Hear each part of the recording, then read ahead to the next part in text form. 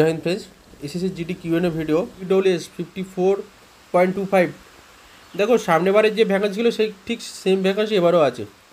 Number আছে, তৈরি হও, কারোর কথা কান দেবে না। নাম্বার অনেকেই 100 থাকতে পারে, কিন্তু কারোর কথা কান দেবে না, ভালো করে তৈরিও হয়ে যেতে পারে।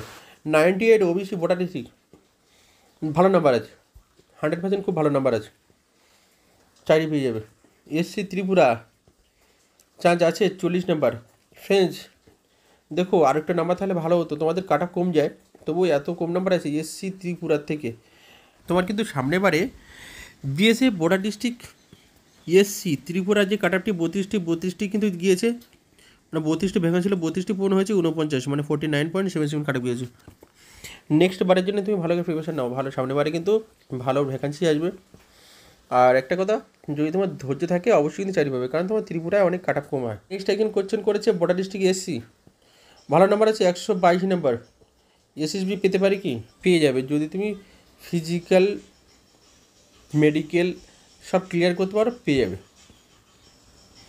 দেখো কালার ব্লাইন্ড প্রবলেম কিছু দেখতে পাই কি করে, এখানে যে প্রশ্নটা করা হয়েছে, যদি কোনো স্টুডেন্ট বা যদি কোনো ফ্রেন্ডস তোমাদের কালার ব্লাইন্ড প্রবলেম থাকে, কালার ব্লাইন্ড প্রবলেম এমন একটি বিষয় যেখানে তোমাদের চোখের দূরের জিনিস কাছের জিনিস সব কিছু দেখতে পাবে, কিন্তু কালার একটা বইয়ের ভিতরে গ্রিন এফিসিয়েন্সি এবং রেড এফিসিয়েন্সি দুটো প্রবলেম আছে। সো এখানে দু রকমই, মানে রেড এবং গ্রিন, এই দুটোই কারোর প্রবলেম আছে, কারোর রেড প্রবলেম আছে, কারোর গ্রিন প্রবলেম আছে। সো এর ভিতরে যে সংখ্যাগুলো থাকে সেগুলো কিন্তু বোঝা যায় না। এইগুলো থেকে বাঁচতে গেলে এখন থেকে মোবাইল কিন্তু তোমাদের ব্রাইটনেস ডার্ক মোড করে রাখতে হবে, ব্রাইটনেস কমাতে হবে। আর টিভি, তোমাদের যে টিভি যে ব্রাইটনেস আলো থাকে সেখানে কিন্তু টিভি দেখলে হবে না। তারপরে তোমাদের কিন্তু রোদে বা তোমাদের ধোঁয়া, মানে চোখের যেন কোনো রকমভাবে তোমাদের প্রবলেম না হয় সেরকম, মানে যেমন পুকুরের জলে কিন্তু তোমাদের চোখ ধুলে হবে না, সকালে অনেকে কী করে পুকুরের জলে চোখ ধোয়, এক্ষেত্রে কিন্তু প্রবলেম আসবে। তারপরে আরেকটা ব্যাপার, সাবানের বা শ্যাম্পুর যে যেগুলো খার সেগুলো কিন্তু চোখে পড়লে হবে না, এগুলো থেকে কিন্তু অনেক ইনফেকশনের প্রবলেম হয়। চোখ মোটামুটি সেফ রাখতে হবে, ঠান্ডা জলে চোখ ধুতে হবে, আর কালার ব্লাইন্ড প্র্যাকটিস করতে হবে, তাহলে কিন্তু তোমার কালার ব্লাইন্ড যদি হালকা থাকে তাহলে সলভ হবে, যদি পুরোটাই না দেখতে পাও তাহলে তোমার জন্য ডিপ্রেশন হয়। এখানে আরেকজন কমেন্ট করেছে, দাদা West Bengal general district SC 105 number, ভালো নাম্বার আছে, চাকরি 100%। এখানে আরেকজন কমেন্ট করেছে, দাদা এসসি 60 নাম্বার হবে কি বর্ডার ডিস্ট্রিক্টের মধ্যে? দেখো নাম্বার কম আছে, ফিজিক্যালি সুযোগ পেয়ে যাবে, কারণ তুমি দেশের সেনা হতে চাইছো, এই জন্য তোমাকে রিকোয়েস্টটা অবশ্যই করবো, অন্য কিছু হলে কোনো মতেই করতাম না।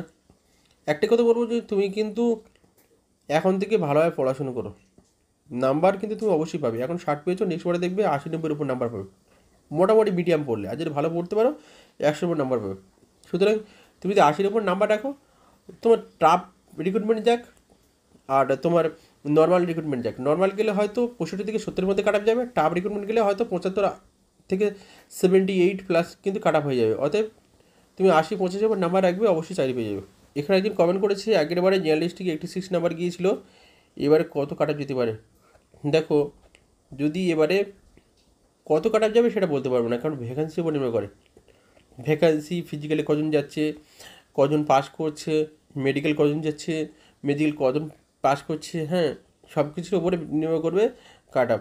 এবারে এসসি এসটি ওবিসি সবার কিন্তু আলাদা আলাদা ভ্যাকান্সি থাকে, সেই হিসেবে কাট আপ হয়। এখন তোমার যদি এবারের থেকে, মানে সামনের বারের থেকে যদি এবারে 10 নাম্বার বেশি থাকে তাহলে সেফ। এসসি 60 নাম্বার আছে, ত্রিপুরা 100% চাকরি হবে। সামনেবারে 49+ মানে কাট আপ গিয়েছে, এবারে কিন্তু তোমার যে 60 নাম্বার আছে চাকরি অবশ্যই হবে, ভালো করে তৈরি হও। ফ্রেন্ডস আশা করি তোমরা সবাই বুঝতে পেরেছো।